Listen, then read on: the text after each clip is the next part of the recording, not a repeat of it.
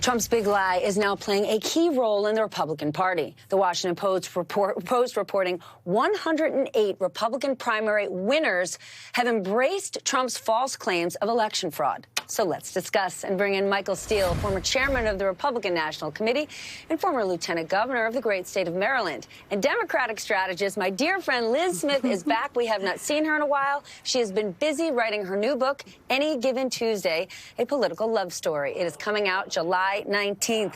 Mr. Steele, at this point, everyone inside and outside the Trump administration full well knew he was lying. He knew he lost the election.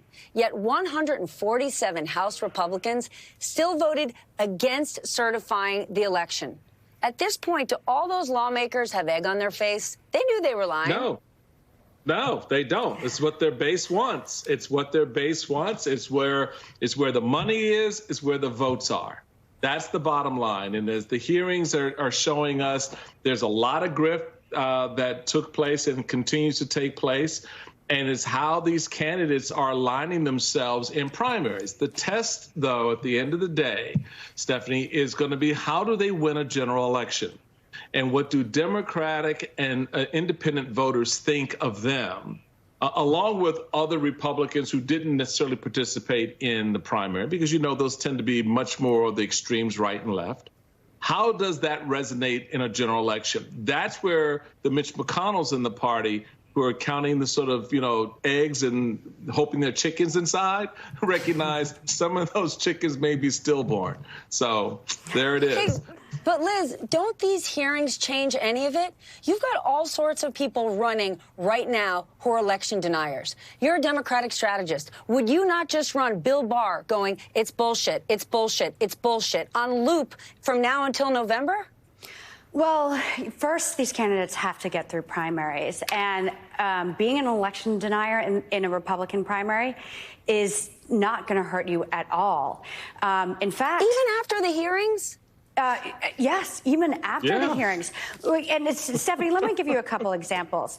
Not only is it not a liability, I would say that having been at January 6th, having actually been there physically and having stormed the Capitol is one of the biggest status symbols that you can have in a Republican primary today. The hottest club in the GOP is being a part of that mob that stormed the Capitol on January 6th.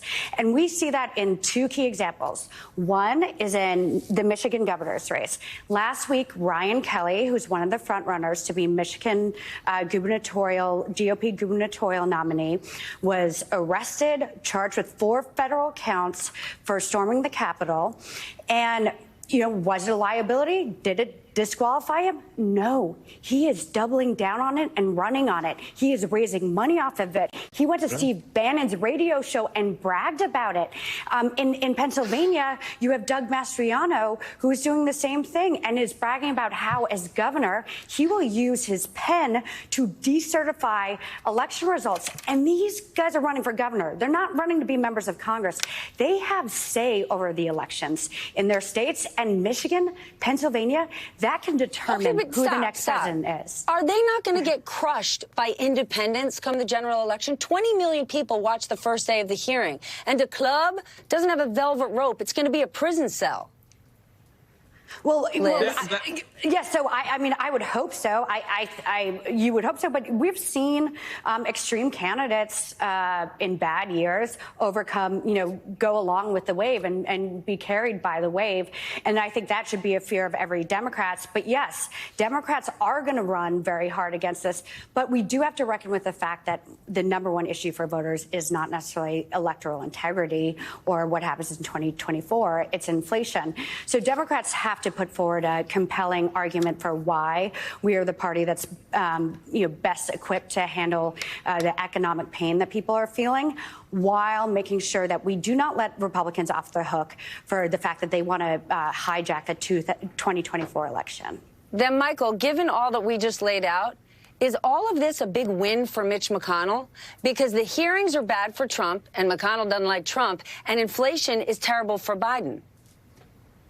Yeah, I mean, in that sense, you're right. But it goes back to the point that both Liz and I are making about what happens in a general election. You asked the question, what about those independent voters? Where do they go?